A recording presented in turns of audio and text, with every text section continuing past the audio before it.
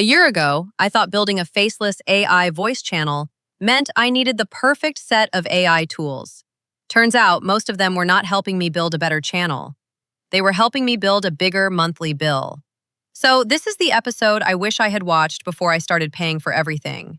I spent over 350 New Zealand dollars testing AI tools, about 200 US dollars.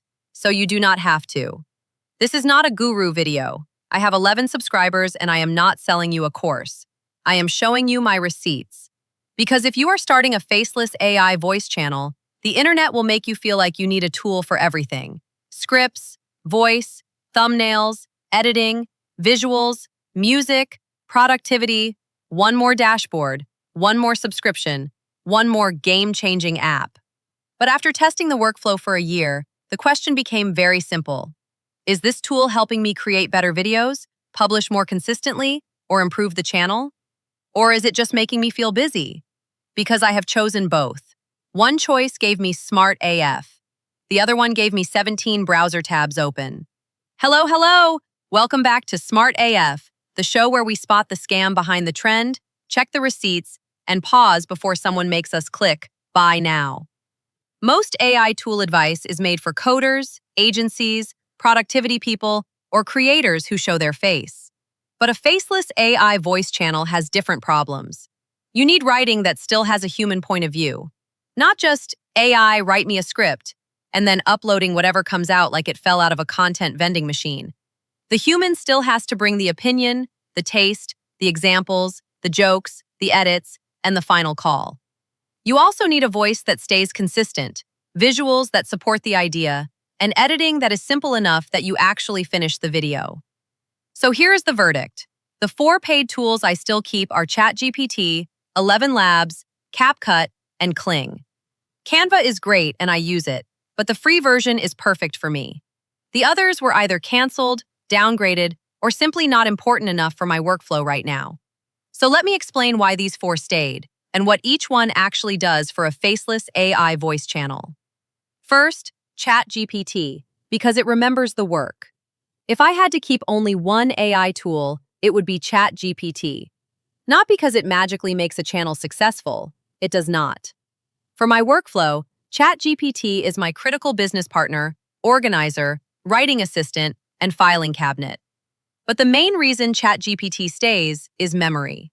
When you are building a faceless AI voice channel, you are not starting from zero every day. You have a tone, a structure, a thumbnail style, a point of view, and a channel strategy you are trying to build over time.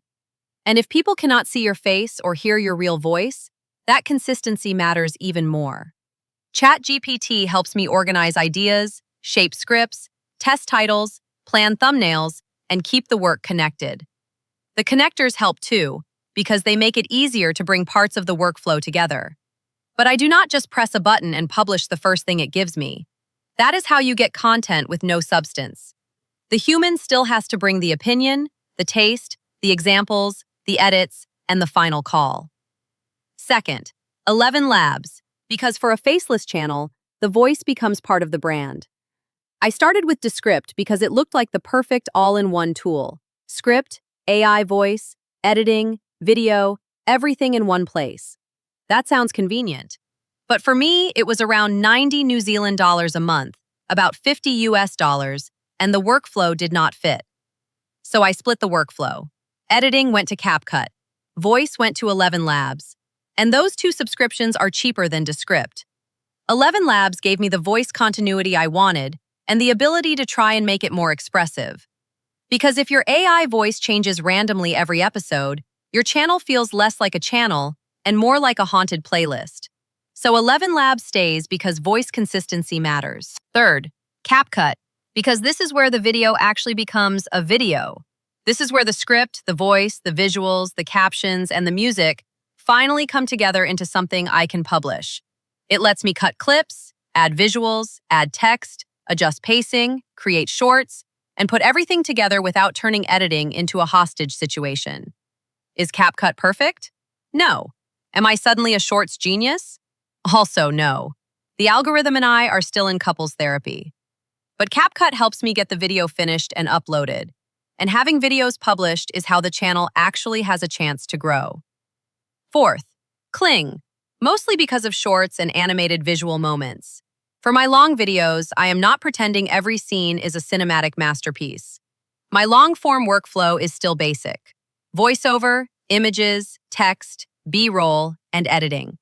But for shorts, hooks, transitions, and more dynamic clips, Kling gives me movement that is hard to create from scratch. It helps me animate images, create more interesting visual moments, and make short-form content feel less static. Does Kling eat credits fast? Absolutely. Especially if your prompting is not clear, because you may need several tries to get the right image, movement, timing, or mood. So I would not pay for Kling just to play around. I would pay for it when you know what kind of visuals you need and they actually fit your workflow and channel brand. Now the tools I cut. Claude was not bad, but for my creator workflow, it felt more hyped than essential. Worth another subscription? Not for me.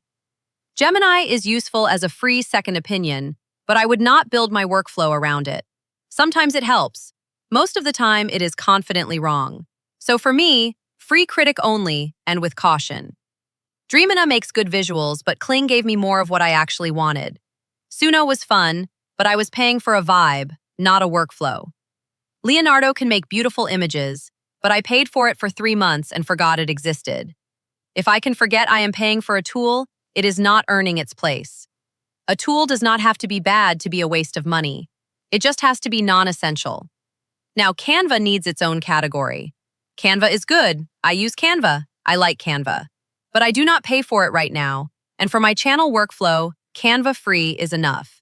I use Canva to arrange, resize, adjust designs, and make final assets. For video editing, I already have CapCut, and for AI voices, it is really bad. So Canva is useful, but useful does not always mean worth paying for. That is the whole point.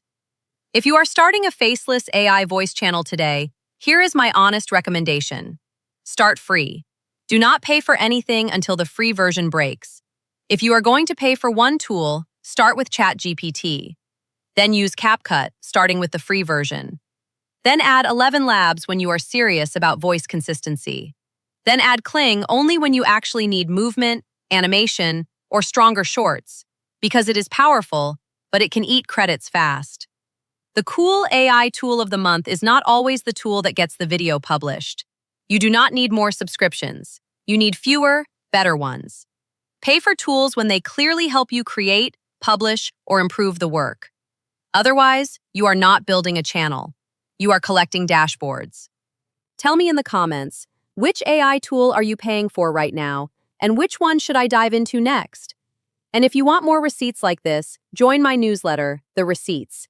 It is short, useful, and built for people who like facts before fees. Link in bio. My trial and error phase was expensive. Now yours does not have to be. That is it for today's episode of Smart AF, and remember, making informed decisions is your right. So before you believe the hype, get Smart AF. See you soon. Thanks for listening. If you know someone who needs this info, please share this video with them. If you found this interesting, a thumbs up and subscribe would mean a lot. And tap the bell so you never miss an update.